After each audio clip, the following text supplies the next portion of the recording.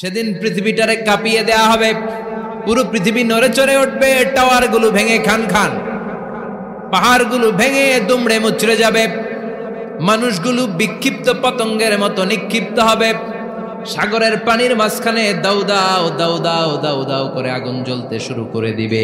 আল্লাহু আকবার। নকশা কে দিছেন আল্লাহ? নকশা কে দিছে না? সুবহানাল্লাহ পড়েন। আবার আল্লাহ বললেন ফাইদা বারিকাল বাসারু ওয়া খাসাফাল কমারু ওয়া জুমিআশ শামসু ওয়াল কমার ইয়াকুলুল ইনসানু আইনাল মাফার।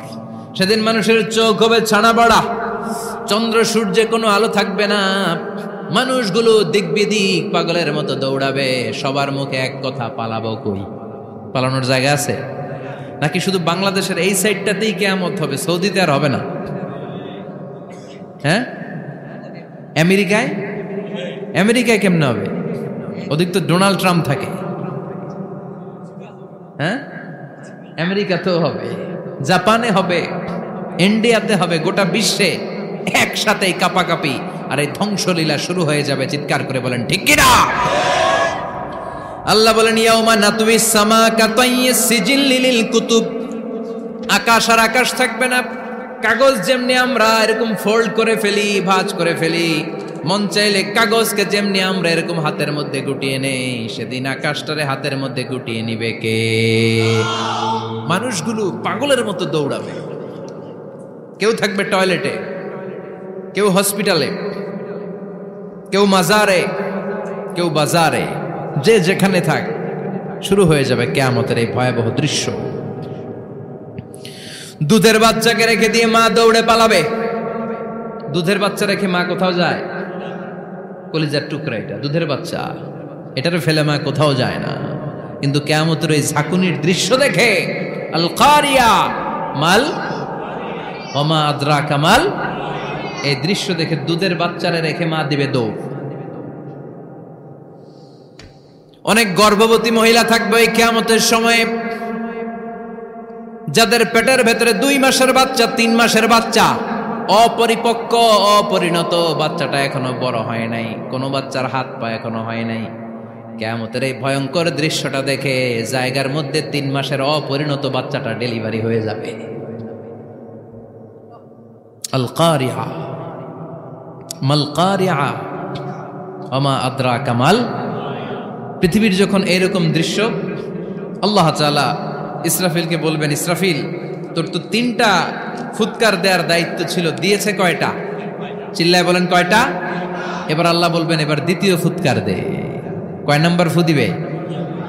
ওই ফু দেওয়ার সাথে সাথে ইসরাফিল প্রথম ফুৎকার দিয়ে জায়গা মতো এরকমই দাঁড়ায় থাকবে, আবার যখন গ্রিন সিগন্যাল পাবে মুহূর্তের মধ্যে আরেকটা ফু দিয়ে দিবে। ফু দেওয়ার সাথে সাথে পৃথিবীর সব মানুষগুলো মরে শেষ, কেউ থাকবে?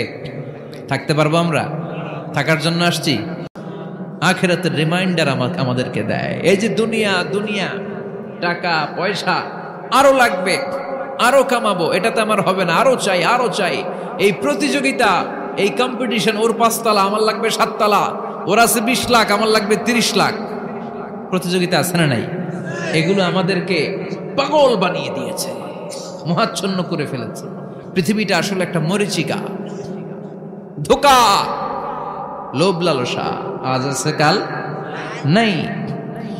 2 নম্বর ফুৎকার দেওয়ার সাথে সাথে পৃথিবীর সব শেষ।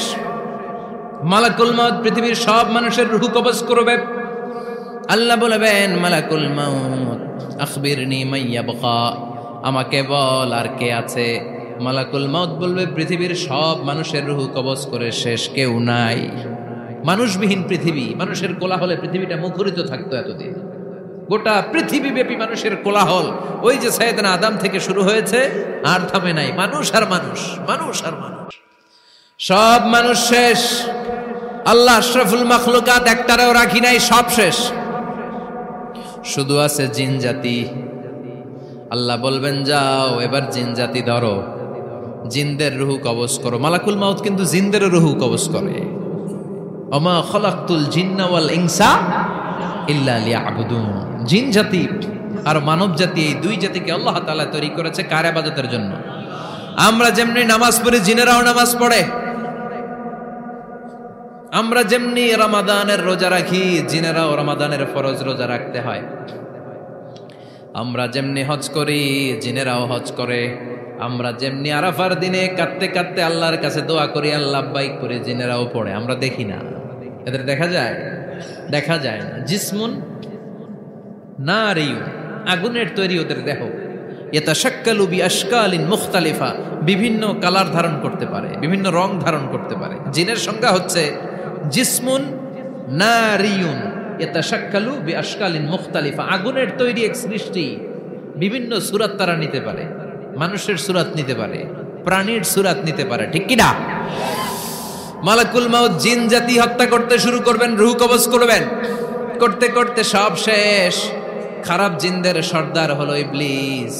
সব জিনদেরকে মারতে যত কষ্ট দেয়া হয়েছে সবচেয়ে বেশি কষ্ট দিয়ে ইবলিসের রূহ কবজ করে ফেলা হবে। ইবলিস আর নাই, মানুষও নাই, জিনও নাই, পশু পাখি কিচ্ছু নাই। আল্লাহ বলবেন ইয়া মালাকাল মাউত আখবিরনি মাইয়াবকা, অনেক দায়িত্ব পালন করেছিস তুই, মানুষ মারলি, জিন মারলি, মৎস্যকুল মারলি, পাখি মারলি, সব মারলি, এবার আর কে বেঁচে আছে বল। মালাকুল মাউত বলবে আল্লাহ আর কেউ নাই, খালি ফেরেশতারা আছে। কারা আছে? মালাইকা। আল্লাহ বলবে যা এবার ফেরেশতাদের গোষ্ঠী শেষ কর। মালাকুল মাউত একটার পর একটা ফেরেশতার রূহ কবজ করবে, একটার পর একটা, একটার পর একটা, করতে করতে সব ফেরেশতা।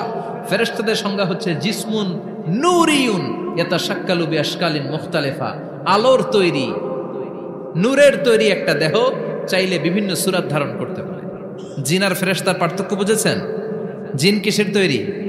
আগুন, জিসমুন নারিয়ুন, আর ফেরেশতা হচ্ছে জিসমুন নূরিয়ুন, নূর দিয়ে তৈরি। একের পর এক ফেরেশতা সাবার করা হবে। এবার আল্লাহ বলবেন ইয়া মালাকাল মাউত আখবিরনি মাইয়াবকা, আর কে কে বেঁচে আছে বল।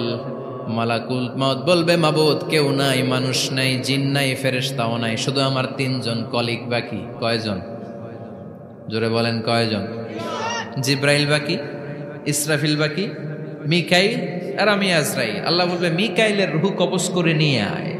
যে মিকাইল আমার আদেশে পৃথিবীতে বৃষ্টি ঝরাতো, আমার আদেশে ক্ষেত খামারে ফসলের ব্যবস্থা করে দিত, আমার আদেশে মানুষের রিজিকের হিসাব রাখতো, এই মিকাইলের রূহ কবজ করে নিয়ে আয়। এক নাম্বার কলিগ শেষ। কলিগ বুঝেন তো? সহকর্মী। কলিগ মানে কি? সহকর্মী। এক নাম্বার কলিগ নাই। আল্লাহ বলবে যা এবার ইসরাফিলের রূহ কবজ কর।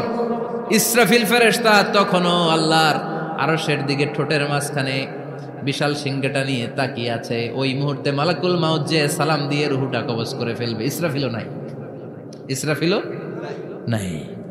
আল্লাহ বলবে যা দুনিয়ার সব নবীদের কাছে ওহী দিয়ে, কোরআন দিয়ে, ইনজিল দিয়ে, তাওরাত দিয়ে, জাবুর দিয়ে আমি যেই ফেরেশতারা পাঠাতাম, ওই রূহুল আমিন জিব্রাইলের রূহটাও কবজ করে নিয়ে আয়।